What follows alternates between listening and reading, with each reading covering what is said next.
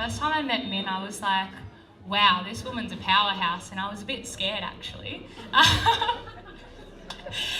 And then I think there was a moment, and I was playing the voice memos of my songs, and then Min was just, she looked up at me, or actually I had my eyes closed, and I looked up at her, and she was going, yeah.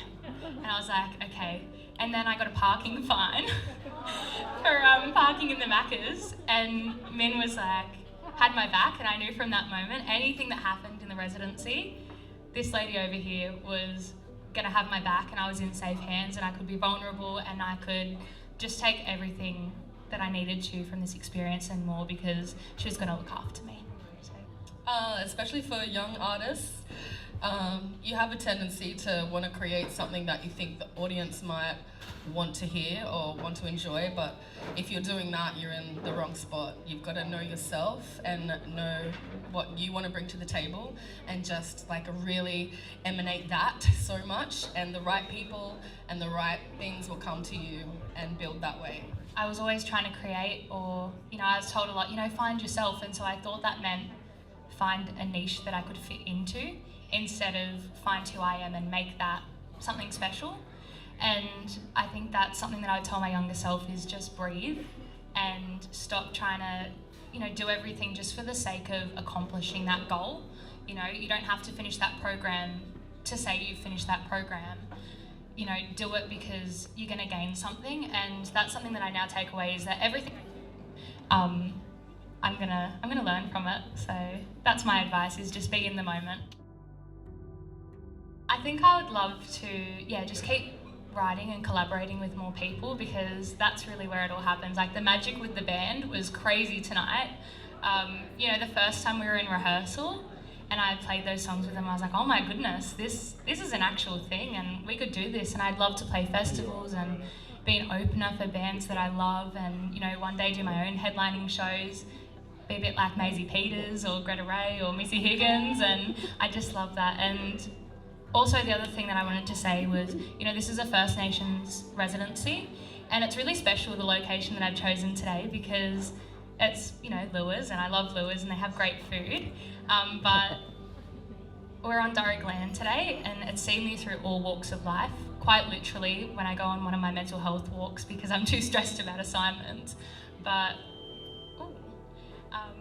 it's just, this land is so special. It's where I've grown up on, whether it's Glenmore Park or Emu Plains or going to school.